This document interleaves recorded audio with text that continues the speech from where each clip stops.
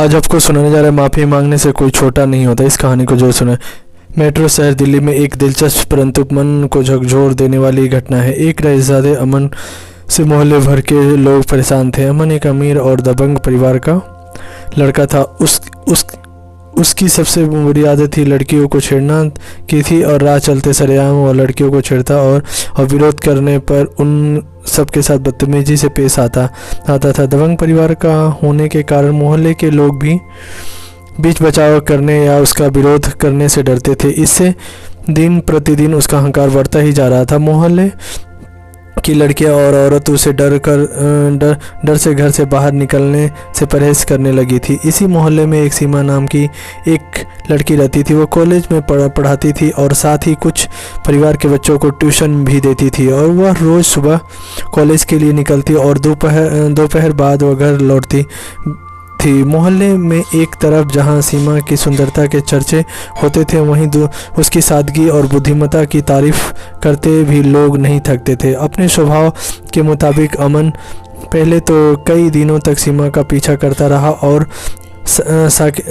साकेत में उसे छेड़ता रहा, परंतु जब सीमा ने कोई प्रत्युत्तर नहीं दिया तो उसे गुस्से से उसे एक दिन कॉलेज से लौटते हुए उसका हाथ पकड़ लिया और अमन की इस हरकत से सीमा अवाक रह गई। परंतु इस दफ़ा भी उसके कोई प्रतिक्रिया नहीं दिया। अमन भी पकड़ से सीमा ने अपने आप को छुड़ाते हुए तेज से घर की तरफ रुख कर लिया। कुछ दूर तक अमन भी उसको पीछा भागा, परंतु जल्दी ही सीमा एक गली की ओर मुड़कर अमन की नज़रों से ओझल हो गई। सीमा की इस हरकत से अमन काफ़ी नाराज़ था। उसे मन ही मन सीमा को सबक सिखाने का ठान ली और अगले दिन का इंतज़ार करने लगा। अगले दिन अमन सुबह ही गली के नुक्कड़ पर सीमा के कॉलेज जाने का इंतज़ार करने लगा, परंतु काफ़ी समय बीत जाने के बावजूद सीमा नहीं आई। तो फिर अमन ने सोचा कि शायद वह उसके डर से किसी और रास्ते से कॉलेज को निकल गई होगी। तब अमन ने एक बार फिर अपने मन को समझाते हुए सीमा के कॉलेज से लौटने का इंतज़ार करना बेहतर समझा। आज अमन के सर पर सीमा को सबक सिखाने का भूत सवार था। वह किसी भी तरीके से आज सीमा को पूरे मोहल्ले के सामने जलील करना चाहता था। आखिर सीमा ने सरेआम उसकी बदसाहत को चुनौती दी थी। आज सीमा को सबक सिखाने के लिए अमन अपने साथ मोहल्ले के और 3 टपोरियों को भी साथ लाया था, परंतु एक लंबे समय इंतज़ार के बाद भी सीमा वहां से नहीं गुजरी। सीमा के कॉलेज से आने का वक्त भी बीत चुका था। अमन असमंजस में पड़ गया। वह यह भी नहीं जानता था कि उसका सीमा कहाँ रहती है और ना ही अपने अहंकार में वह किसी से सीमा के घर के बारे में पूछना चाहता था। अमन उधेड़-बुन में ही था कि अचानक उसे सीमा सामने से आती हुई दिखी। वह खुशी से उछल पड़ा और बीच सड़क पर आकर खड़ा हुआ। सीमा ने दूर से ही अमन को देख लिया था। इसके बावजूद भी डरी समी आगे बढ़ती रही। रास्ता रोक कर खड़े अमन के नज़दीक आने पर वह रुक गई। बगल से निकलने की कोशिश करने लगी, परंतु अमन सीमा को आगे नहीं बढ़ने दे रहा था। रुक जाओ मेरी जान, जल्दबाजी अच्छी नहीं होती है, सीमा ने हिम्मत करते हुए कहा। मुझे जाने दो।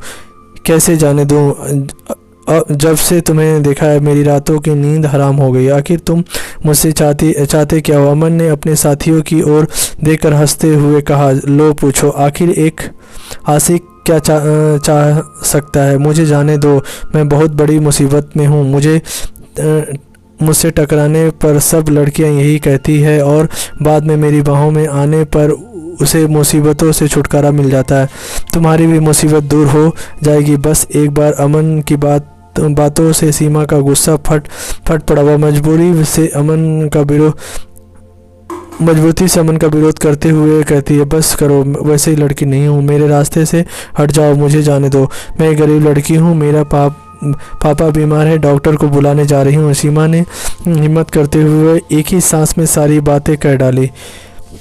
सीमा की बातों पर अमन और उसके साथी ठहाके मारकर हंसने लगे और अमन ने कहा, सभी लड़कियां ऐसे ही बहाने बनाती है, मगर आज मैं नहीं मानने वाला हूँ तुम्हें, जो आज मैं अपने साथ लेकर ही जाऊँगा। अमन की बातों से सीमा सहम गई। उसने अमन की मानसा का विरोध करते हुए गिड़गिड़ाते हुए कहा, आज मुझे छोड़ दो। मैं अगर समय पर डॉक्टर को लेकर घर नहीं पहुंची तो मेरे पापा की मौत हो जाएगी। सीमा की बातों पर अमन थोड़ा ठिठका और धूर्तता दिखाते हुए बोला, मैं किसी डॉक्टर से कम हूँ क्या? तुम्हारे पापा का इलाज मैं कर दूंगा, चल तुम्हारे घर चलता हूँ। अमन इस बहाने सीमा का घर भी देखना चाहता था, परंतु भोली भाली सीमा को अमन की यह चाल समझ नहीं आई और यह समझाते हुए कि अमन जब उसके घर के हालात और उसके बीमार पिता को देखेगा तो उस पर तरस खाकर उसका पीछा करना और उसे तंग करना छोड़ देगा। अमन को अपने घर ले गई। सीमा के घर के हालत को देखकर अमन को जोर से झटका लगा। एक छोटा सा घर, बेतरतीब फैला सामान और घर में कोने में चारपाई पर लेटा बूढ़ा शख्स। कुछ देर के लिए वहाँ खामोशी छा गई। इस खामोशी को सीमा ने तोड़ा। यही है मेरा घर। चारपाई पे मेरा पापा लेटे हैं, पापा बीमार है, माँ दूसरी घरों में काम करने गई है, पापा की तबीयत ज़्यादा बिगड़ने के कारण मैं आज कॉलेज नहीं जा सकी, डॉक्टर को बुलाने जा रही थी, सीमा ने कहा। सीमा की एक एक बात अमन के दिल पर हथौड़े की तरह वार कर रही थी। वह मूर्ति की तरह जहाँ था वहीं खड़ा रहा। उसने सीमा की ओर देखा और आत्मग्लानि से उसकी आंखों में आंसू आ गई और वह मन ही मन सोचने लगा, मैं कितना बड़ा पाप कर रहा था। मैं तो आज तक इतनी तकलीफ़ की ज़िंदगी देखी ही नहीं। अपनी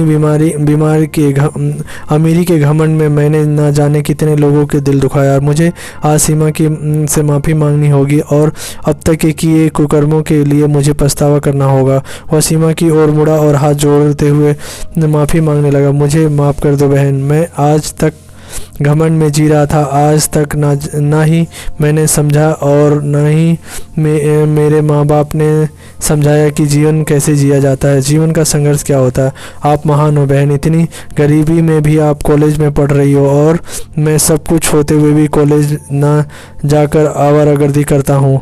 सीमा ने कहा, इसे माफ़ी मांगने वाली कोई क्या बात है भाई?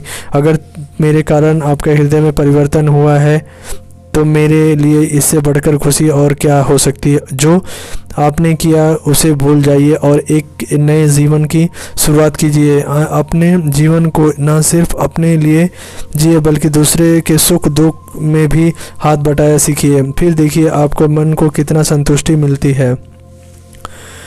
बहन, आपने सिर्फ मेरी आंखें खोल दी बल्कि जीने का एक रास्ता भी दिखा दिया। आप यहीं रुको, मैं डॉक्टर को बुलाकर लाता हूँ और आज के से एक नया जीवन की शुरुआत करता हूँ। सीमा कुछ कह पाती कि इससे पहले वह अमन यहाँ कहते हुए अपने दोनों टपोरियों दोस्तों के साथ वहाँ से तेज़ी से निकल पड़ा। कहानी मोरल ऑफ द स्टोरी।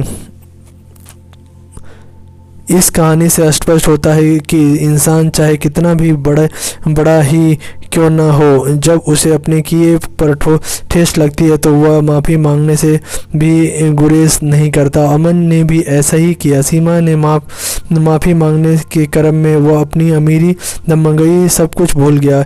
इस माफ़ीनामे में उसे छोटापन का एहसास नहीं हुआ बल्कि उसे गर्व हुआ कि सीमा के कारण उसे आज अपने गलत कर्मों का एहसास हुआ और उसकी आंखें खुली। अतः हमें समझाना चाहिए कि अगर कभी भी हमें कोई गलती हो जाए, चाहे वो छोटी हो या बड़ी, हमें माफ़ी मांग लेनी चाहिए। इससे वो न केवल आपके दिल को सुकून मिलता है बल्कि सामने वाले के सारे गिले शिकवे भी दूर हो जाते हैं। अगर कुछ शब्दों में कहे तो माफ़ी मांगना बड़प्पन की सबसे बड़ी निशानी है और माफ़ी मांगने से कोई छोटा नहीं होता। आपको कहानी कैसी लगी? लाइक, शेयर, कमेंट और हमारे चैनल को सब्सक्राइब करें और अच्छी अच्छी कहानी सुनने के लिए हमारे चैनल में बने रहे। Thank you. जय हिंद, जय भारत।